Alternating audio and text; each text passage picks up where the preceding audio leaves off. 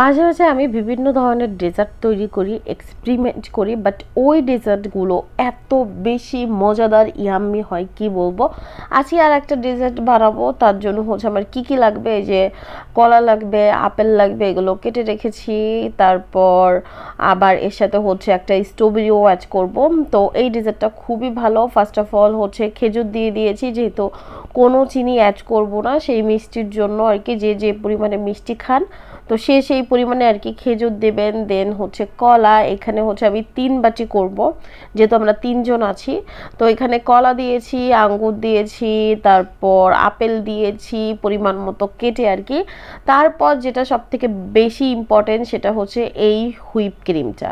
তো হুইপ ক্রিমটা দিয়ে খুব ভালো করে ঠান্ডা ঠান্ডা হুইপ ক্রিম দিব, অনেক বেশি মজাদার। আপনারা নিজেরাও হচ্ছে বাসায় তৈরি করতে পারেন, বাট অনেক বেশি মজাদার। যখন যে ফলটা থাকবে সেই ফলটাই দেওয়ার চেষ্টা করবেন। আর একদিন আমি বানিয়েছিলাম, সেখানে যেমন স্ট্রবেরি অ্যাড করেছি, আঙ্গুর অ্যাড করেছি, হুইপ ক্রিম দিয়ে আপেল কলা সব কিছু দিয়ে 1 বাটি করে মিক্সড করেছি। বাট এটা যারা ডায়েট করেন তারাও ইজিলি খেতে পারেন, অনেক বেশি মজাদার।